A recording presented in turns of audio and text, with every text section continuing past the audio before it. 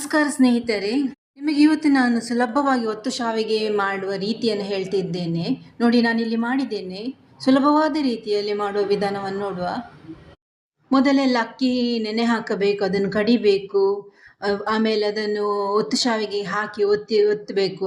ಅದೆಲ್ಲ ಇಲ್ಲ, ಇದು ಈಸಿಯಾಗಿ ನಾನು ಹೇಳಿಕೊಡ್ತಿದ್ದೇನೆ. ನೋಡಿ, ಇದು ಚಿಕನ್ ಸಾರಿಗಂತೂ ಒಳ್ಳೆ ಕಾಂಬಿನೇಷನ್. ಇದನ್ನು ತಣ್ಣಗಾಗ್ಲಿಕ್ಕೆ ಬಿಟ್ಟರೆ ಆನಂತರ ಒಗ್ಗರಣೆ ಹಾಕಿ ಪಲಾವ್ ಥರ ಕೂಡ ಮಾಡಬಹುದು. ತುಂಬಾನೇ ಟೇಸ್ಟಿಯಾಗಿರುತ್ತದೆ.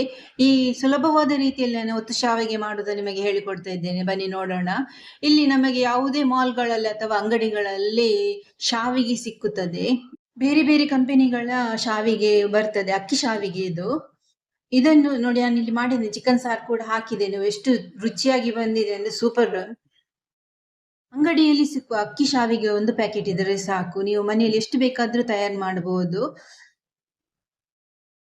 ಇಲ್ಲಿ ನಾನು ಅಕ್ಕಿ ಶಾವಿಗೆಯನ್ನು ತೆಗೆದುಕೊಂಡಿದ್ದೇನೆ. ನೋಡಿ, ಅದರಿಂದ ಸ್ವಲ್ಪವನ್ನು ತೆಗೆದು ನಾನೊಂದು ಪ್ಲೇಟಿಗೆ ಹಾಕ್ತಾ ಇದ್ದೇನೆ. ಒಂದು ಸ್ವಲ್ಪ ತೆಗೆದುಕೊಂಡರೆ ಸಾಕು. ನಿಮಗೆ ಎಷ್ಟು ಬೇಕಷ್ಟು ತೆಗೆದುಕೊಳ್ಬಹುದು.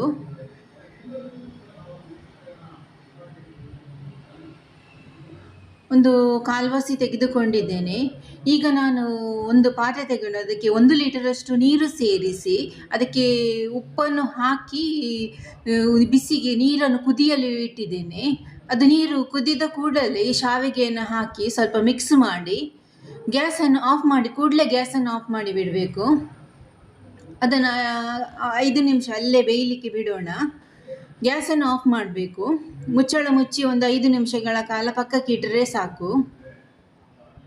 ಈಗ ನೋಡಿ, ನಾನೀಗ ಇಡ್ಲಿ ಪಾತ್ರೆ ತೆಗೆದುಕೊಂಡಿದ್ದೇನೆ. ಅದರಲ್ಲಿ ಸ್ವಲ್ಪ ನೀರನ್ನು ಇಟ್ಟು ಗ್ಯಾಸ್ ಉರಿಸಿ ಬಿಸಿಗೆ ಇಟ್ಟಿದ್ದೇನೆ.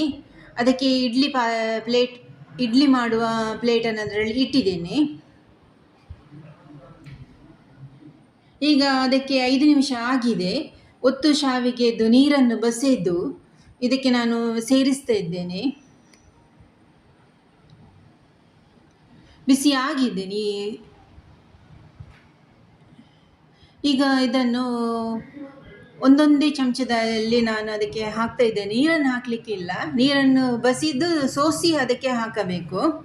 ಒಂದೊಂದೇ ಚಮಚದಾಗೆ ನಾನು ಹಾಕ್ತಾ ಇದ್ದೇನೆ. ನೋಡಿ,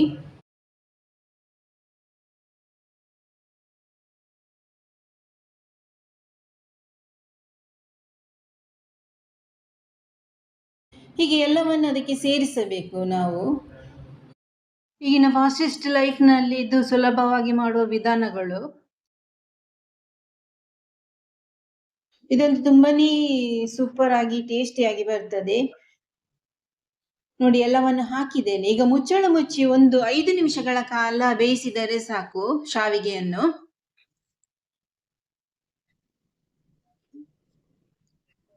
ಮುಚ್ಚಳ ಮುಚ್ಚಿ ಒಂದು 5 ನಿಮಿಷಗಳ ಕಾಲ ಬೇಯಲು ಇಟ್ಟಿದ್ದೇನೆ. ನೋಡಿ, 5 ನಿಮಿಷ ಆಗ್ತಾ ಬಂದಿದೆ. ನೋಡಿ, ಒಳ್ಳೆ ಬೆಂದಿದೆ. ಶಾವಿಗೆ ಕೂಡ ಸ್ಮೂತ್ ಆಗಿದೆ, ಸಾಫ್ಟ್ ಆಗಿದೆ, ಬಿಸಿ ಬಿಸಿ ಉಂಟು. ಈಗ ಅದನ್ನು ಎಲ್ಲವನ್ನು ನಾನು ಒಂದು ಪ್ಲೇಟಿಗೆ ಟ್ರಾನ್ಸ್ಫರ್ ಮಾಡ್ತೇನೆ. ನೋಡಿ, ಉದುರುದುರಾಗಿ ಬಂದಿದೆ.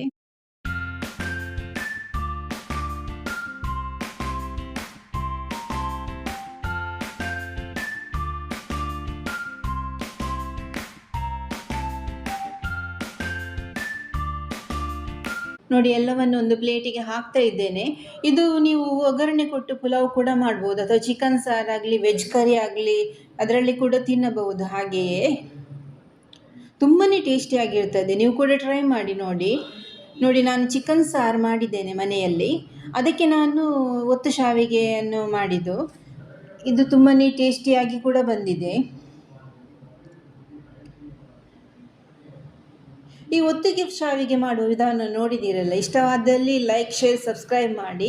ಈ ವಿಡಿಯೋವನ್ನು ಕೊನೆ ತನಕ ನೋಡಿದ್ದಕ್ಕಾಗಿ ಧನ್ಯವಾದಗಳು. ನಿಮ್ಮ ಸಪೋರ್ಟ್ ಯಾವಾಗ ಸ್ವೀಟಿ ಕ್ರಿಯೇಷನ್ಸ್ ಜೊತೆ ಇರಲಿ. ಧನ್ಯವಾದಗಳು. ಮತ್ತೆ ಹೊಸ ರೆಸಿಪಿಯಿಂದ ಸಿಗೋಣ.